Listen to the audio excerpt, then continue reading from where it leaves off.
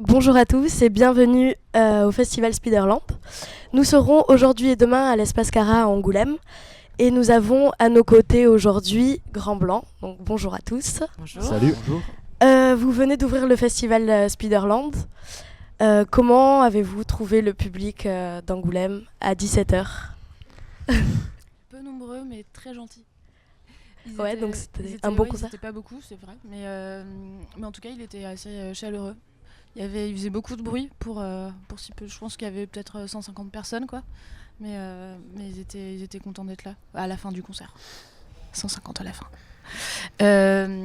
Ouais, c'était cool. Ok. Bon. Du coup, ça vous a donné de l'énergie, il y avait de l'ambiance et tout? Bah ouais, ils étaient. Forcément, quand on est assez peu, dans une salle aussi immense, l'énergie elle est un peu moins là pendant les morceaux, mais ils étaient très attentifs et réceptifs aussi. Donc c'était cool. Ok. On va parler peut-être un peu de vous. Votre nom, Grand Blanc, ça vient d'où? Racontez-nous un petit peu. Alors ça vient de nulle part en fait. Et c'est pour ça qu'on a choisi ce nom, parce qu'il peut vouloir dire beaucoup de choses, ou ne rien dire. Et les noms propres, voilà, c'est gratos quoi. Je m'appelle Benoît personnellement, je ne l'ai pas choisi, ça ne veut rien dire à part me signifier moi-même. Grand Blanc, c'est pareil. Ok, super. On dit que votre musique, on entend et on dit de vous que votre musique c'est un rock cagneux, fascinant, torturé, avec des textes fouillés et froids. Vous, est-ce que vous le définiriez comme ça, votre musique, ou pas? En fait, la meilleure manière qu'on a de définir notre musique, c'est de la faire. C'est un petit peu une esquive, mais on nous pose beaucoup la question. On lit des choses sur notre musique et en fait, chacun, à moins de faire un contresens total et de dire que c'est du bal musette ou de la rumba, ce qui n'arrive pas, chacun la prend comme il veut et il voit ce qu'il veut y voir. Disons que nous, on pense que ça se... C'est pas notre travail de faire ça, mais à chaque fois qu'on voit quelqu'un ajouter une nouvelle vision de notre musique, ressortir plutôt telle influence, on est content parce que ça veut dire qu'il y a un peu de diversité. Et voilà. La seule chose qui peut nous saouler un peu, c'est de se taper perpétuellement Bashung et Joy Division, parce que en vrai, la Cold Wave, il n'y a pas eu que Joy Division. En plus, on fait pas que de la Cold Wave. Et la chanson française, la variété française alternative, il n'y a pas eu que Bashung non plus. Et voilà, donc c'est juste quand certains reviennent trop souvent, on se dit qu'il y a autre chose à en dire. Mais On sinon, attend les on est prochains. ouvert à peu près à tout ce que les gens peuvent proposer lorsqu'ils écoutent notre musique, quoi. C'est vrai, comme disait Ben, il y en a qui aiment plutôt écouter les paroles, d'autres qui aiment plutôt l'écouter, je sais pas, qui dansent, qui pogotent à moitié sur Samedi la nuit, parce qu'ils s'en foutent des paroles et puis ils ont envie de danser. Et on trouve ça très bien, comme ça. Ouais, c'est vrai qu'on entend beaucoup ces deux noms qui reviennent, Joy Division et Bashung, alors que ça ouvre sur plein d'autres artistes et plein d'autres influences, je pense. Après, c'est normal d'avoir des grands noms. Chaque fois, faut toujours créer un petit panthéon pour que les gens s'y retrouvent, quoi. Et en plus, honnêtement, il y a pire que de se faire comparer à, à Joy Division et à Alain Bashung, quoi. Mais c'est juste, effectivement, il faut pas que ça se résume à ça. Et nous, on n'a pas l'impression de se résumer à ça. Et voilà, là, on est en train de travailler sur des maquettes. On prétend pas du tout. On prétend pas du tout ressembler à Joy Division ou à Bashung parce que c'est deux génies et que ça serait un peu prétentieux, quoi, de dire. Puis j'imagine que c'est pas forcément ce que vous écoutez. On les a écoutés parce que Tout le temps. oui, forcément, on a écouté ça parce que c'est bien, c'est de la bonne musique, mais on écoute plein d'autres choses aussi. Alors vous écoutez quoi comme musique On sinon? écoute quoi? On écoute vraiment de tout, quoi. Pendant un certain temps, il y a Luc par exemple qui aime beaucoup la musique électronique. Moi j'ai beaucoup aimé le punk pendant un moment, ou le garage. On écoute de la pop évidemment. Beaucoup de pop. C'est un peu ce qui nous rassemble. Plus du côté français ou un peu Pas trop, tout, parce qu'en ouais. fait, de la pop française, des artistes vraiment de pop française, si, il y avait une variété un peu qui prenait un peu de risque dans les années 70, 80, Nous, après, c'est peut-être parce que c'est trop proche de nous. On a l'impression que dans les années 90-2000, ça s'est perdu, mais en français, voilà, on kiffe sur Paul Naref et Christophe, et voilà, mais après, on va pas faire ça non plus. Et je sais pas, non.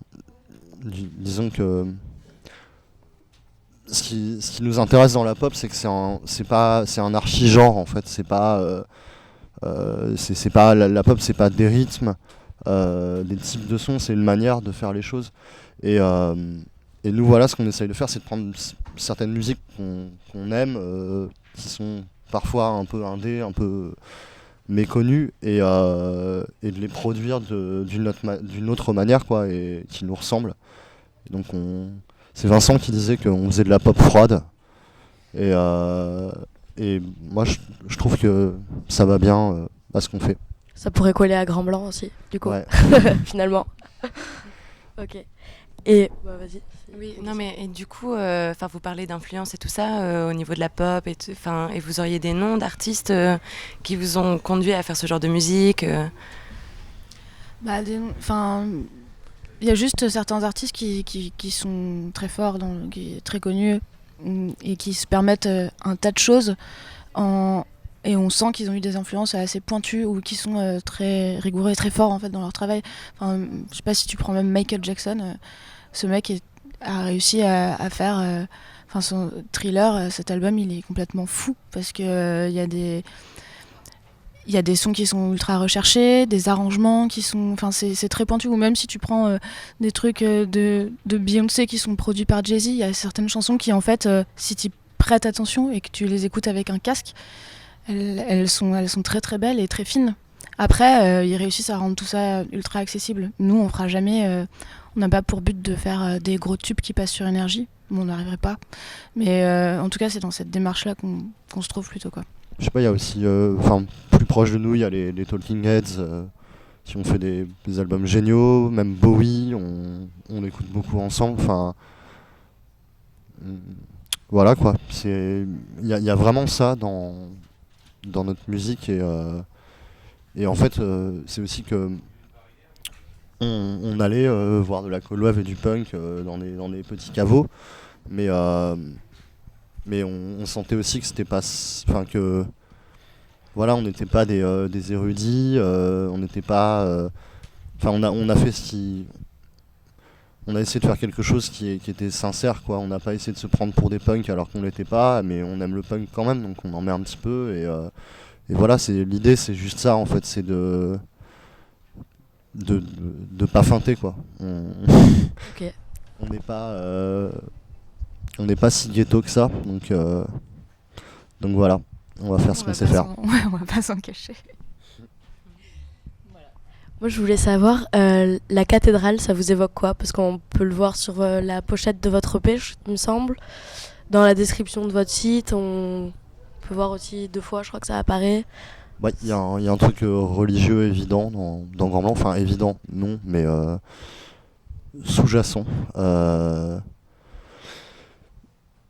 Simplement que nos textes, ils sont pas forcément très jouasses, et en fait, on veut pas faire déprimer les gens, mais au contraire, on pense que il y a une mise de fond d'angoisse et de grands questionnements dans l'existence, et on a envie d'y faire une part dans nos textes, et du coup, voilà, les grandes questions sur le sens que peut avoir la vie, elles se passent pas dans un livre de philosophie, la majorité du temps, elles se passent sur un trottoir, dans un rad, dans une salle de cours, chez ses parents, enfin voilà quoi.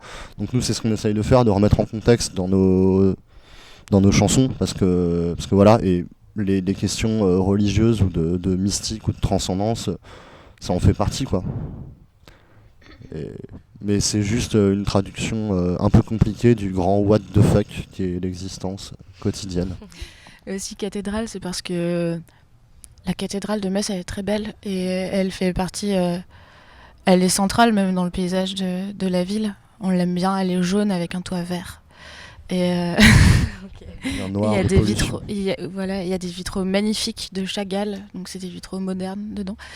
Et oui, le premier EP qu'on a fait, son contexte, c'est Metz, enfin son décor, c'est une sorte de ville un peu personnage, un peu inventée, et dans laquelle on a vécu quand même. Donc ouais, un peu mystifié, et il y a cette cathédrale dedans, quoi. Comme il y a des usines et des bunkers, et puis il y a aussi le Graouli, le dragon de la ville, et puis plein de trucs comme ça.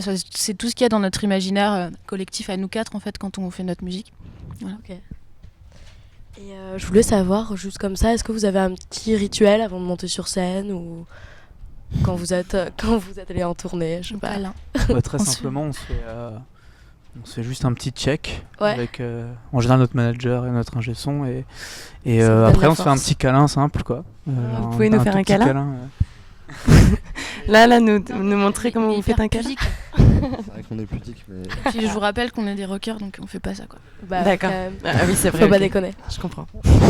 Et j'ai cru comprendre pendant votre concert que vous allez sortir un petit disque, je cite. oui, un petit disque avec 2 petits titres dessus. Dont Mois dont de une mai. chanson qu'on aime bien, qu'on a depuis assez longtemps et qu'on a rénové en studio, comme une cathédrale exactement. Et c'est un morceau qui s'appelle Montparnasse, qui a un morceau un peu poésie triste. Il a un petit côté 90s, regarde tes chaussures, laisse-toi pousser les cheveux. Et prends du Valium. Non, pleure des larmes de cristal. Et faut faire Enfin des- voilà, c'est notre balade triste et voilà, c'est un morceau qu'on a depuis longtemps. On a hâte de le sortir, modernisé et voilà. Bah, nous aussi, on a hâte et merci beaucoup d'être venu De rien. parmi nous pour Merci à répondre à vous. nos questions. Merci. Salut. À bientôt. Salut.